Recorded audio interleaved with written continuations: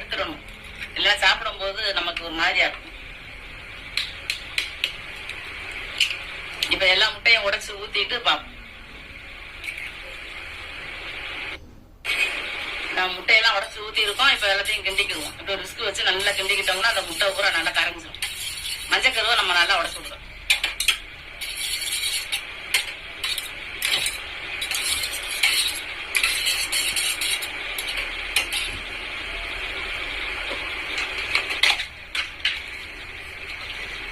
இப்ப இந்த முட்டைக்கு தேவையான அளவுக்கு நம்ம தூள் உப்பு போட்டுக்கிறோம். உப்பு ரொம்ப இருந்துடக்கூடாது. உப்பு கம்மியா இருந்துட்டா கூட பரவாயில்ல, அதிகமா போட்டுறக்கூடாது.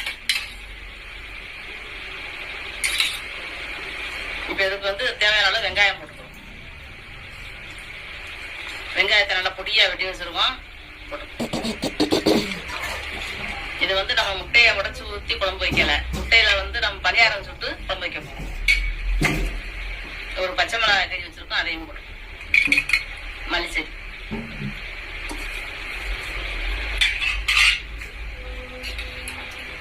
சீரகம் வச்சிருக்கோம், சீரகம் போட்டு கொஞ்சம் மிளகு பொடி, மிளகு பொடி கொஞ்சம் போட்டா போதும். இதெல்லாம் போட்டு நம்ம நல்லா கிண்டி விட்டுக்கிறோம். எல்லாமே ஒண்ணு சேர்ற அளவுக்கு நம்ம அப்படி கிண்டி விட்டுறோம்.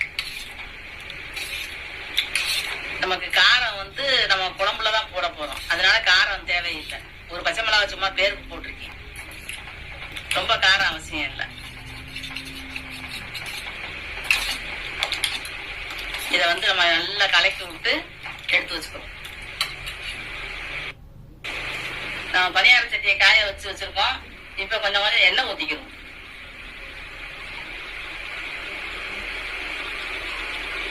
ரொம்ப எண்ணெய் ஊத்தக்கூடாது, ஓரளவு ஊத்தினா போதும். ஏன்னா பணியாரம் ஃபுல்லாமே எண்ணெயாயிரும்.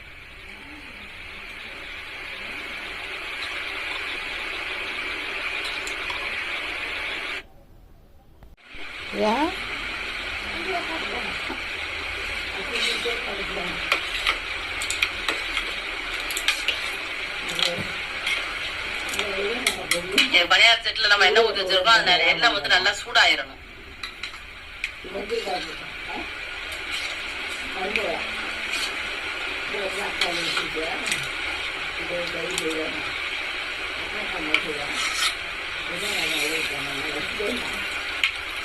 கொஞ்சம் குறையாவே ஊத்தாங்க. நான் நிறைய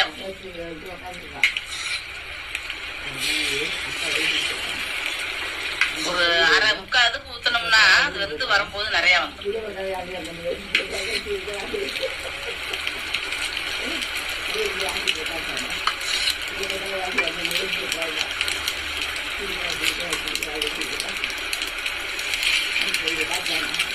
நம்ம இத அப்படியே நம்ம ரொம்ப கருக விட்டுறாம எடுத்துடணும்.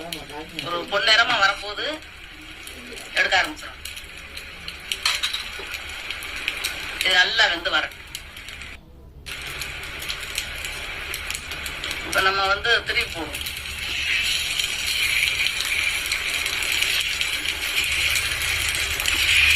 ரொம்ப கழியிடக்கூடாது. கருகுனா நல்லா இருக்காது முட்டை. அடுப்பு நான் அதிகமா தான் வச்சிருக்கேன்.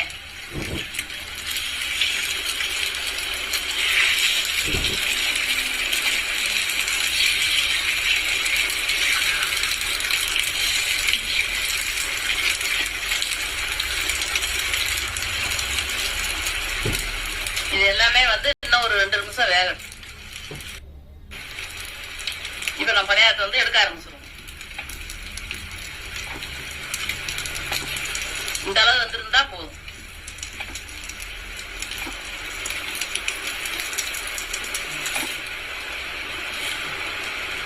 நம்ம வெங்காயம் எல்லாம் வெட்டி வச்சுக்கிட்டோம்னா ஒரு 10 நிமிஷம் கூட ஆகாது நம்ம சுட்ட எடுக்க.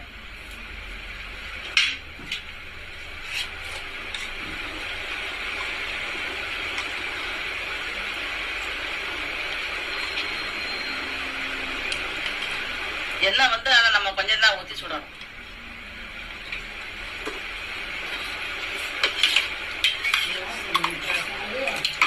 நம்ம அப்பைக்கப்ப நம்ம கிண்டி விட்டே தான் ஊத்தணும். ஏன்னா வெங்காயம் பூரா நமக்கு முட்டைக்கு அடியில இருந்துக்கிறோம்.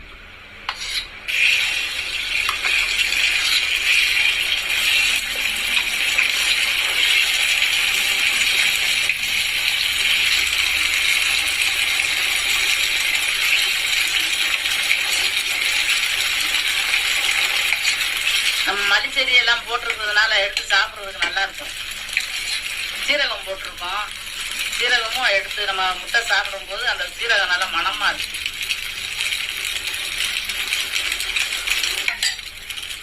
நல்லா வெந்து வர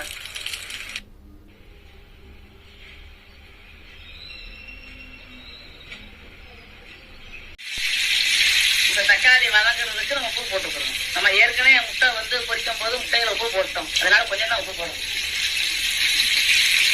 இது நல்லா வதங்கி வரும். இப்ப வெங்காயம் தக்காளி நல்லா வதங்கி வந்துட்டு இருக்கு. இப்ப வந்து நம்ம மசாலா பொடியை போடுவோம்.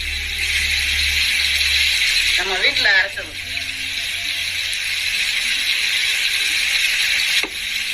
அடுப்பை கொஞ்சம் நம்ம குறைச்சு வச்சுக்கிறோம். ஏன்னா பொடி வந்து கருக ஆரம்பிச்சிடும். அடுப்பு நல்லா எரிச்சுக்கிட்டு இருந்துச்சுன்னா பொடி கறிக்கிறோம். இது வந்து கறி மசாலா பொடி. நம்ம பட்டை எதுவும் போடல, அதனால கறி மசாலா பொடி போடுவோம். இப்ப நம்ம தேங்காய் அரைச்சு வச்சிருக்கோம். தேங்காயை போடுவோம். தேங்காயை வந்து அது தொலியை கருப்பு தொலியை சீவிட்டு நான் வெட்டி அரைச்சேன். அதனால உங்களுக்கு வந்து கலர் வந்து விளவிலேயும் தெரியும்.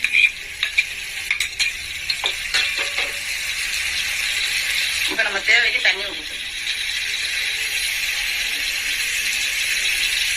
ஏன்னா பாத்திரத்துல ஒட்டுச்சுன்னா குழம்பு வந்து கரையேறும் போயிடும். இந்த பொடி வந்து கரையிடும். முடிஞ்ச அளவு நம்ம தண்ணியை ஊத்திட்டு அதுக்கப்புறம் பொடி போடுறதே நல்லது.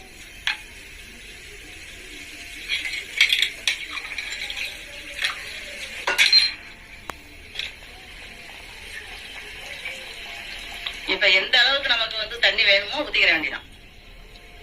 நம்ம அதிகமா தான் தண்ணியை ஊத்தி நம்ம குழம்பு கொதிக்க விடணும்.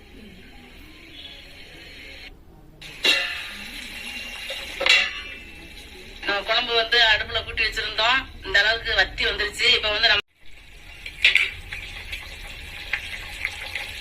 பொரிச்சு வச்சிருக்கிற முட்டைய வந்து போட்டுருவோம்.